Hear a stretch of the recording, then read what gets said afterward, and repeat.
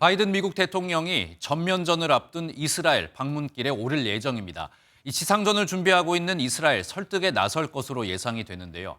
하지만 바이든 방문에 앞서 요르단이 회동을 취소하면서 악재로 작용할 전망입니다.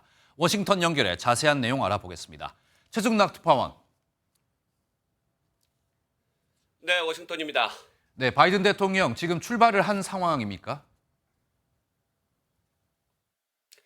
바이든 대통령 이곳 워싱턴 현지 시각으로 오후 6시, 그러니까 한국 시간으로 아침 7시에 에어포스원을 타고 이스라엘로 출발할 예정이었습니다. 하지만 아직까지 백악관의 공식 발표는 나오지 않고 있습니다. 바이든 대통령은 상원의원 시절인 1973년 처음 방문한 이후 모두 10차례 이스라엘을 찾은 바 있습니다.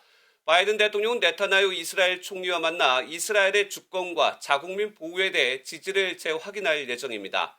또한 하마스에 대한 이스라엘의 보복전과 관련한 전쟁 상황 등에 대해서도 청취할 것으로 보입니다. 이와 함께 가자지구 민간인에게 구호 물품을 제공하는 방안도 구체적으로 논의할 예정입니다. 그리고 방금 들어온 속보입니다. 바이든 대통령의 이스라엘 출발이 늦어진 이유에 대해서 지금 여러 가지로 얘기가 나오고 있는데, 바이든 대통령이 요르단과 팔레스타인 정치 수반과도 연쇄 회동을 할 예정이었지만 팔레스타인 병원에서 지금 하마스 병원에서 지금 폭격으로 인해서 많은 민간인이 사망하면서 팔레스타인 자치정부와 요르단 정부가 바이든 대통령과의 정상회담을 방금 전 취소했습니다.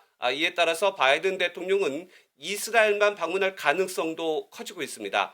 따라서 중동 전쟁 확전을 방지할지 악재로 작용할 것으로 보입니다. 네, 상황이 급박하게 돌아가는 것 같습니다. 바이든 대통령이 이 전쟁 중인 나라를 방문하는 건데 이번 이스라엘 방문의 목표는 무엇입니까? 애초 바이든 대통령 이스라엘 방문 목표, 최고 수준의 이스라엘에 대한 지지와 함께 확전 방지를 위한 마지막 외교라는 분석입니다. 하지만 출발 전부터 약간 중동의 악재가 작용하는 분위기입니다. 목표는 이스라엘에 대한 지지, 군사적 지원, 하마스 고립, 팔레스타인의 인도주의적 재난 예방, 그리고 무엇보다 중동 전쟁으로의 확전 방지였는데, 이렇게 되면 하마스의 고립이 어려워질 것으로 보입니다. 역시 가장 큰 핵심 목표는 이스라엘의 과도한 보복에 의한 확전을 막는 것으로 외교관에서는 보고 있습니다. 따라서 바이든 대통령이 이스라엘을 방문하는 동안에 최소한 이스라엘의 지상전 투입은 없을 것이라는 분석이 큽니다. 특히 바이든 대통령은 이스라엘의 가자지구 점령은 큰 실수라고 밝힌 바 있어 방어권은 인정하되 이스라엘이 넘지 말아야 할 선, 레드라인을 제시할 가능성도 제기됩니다.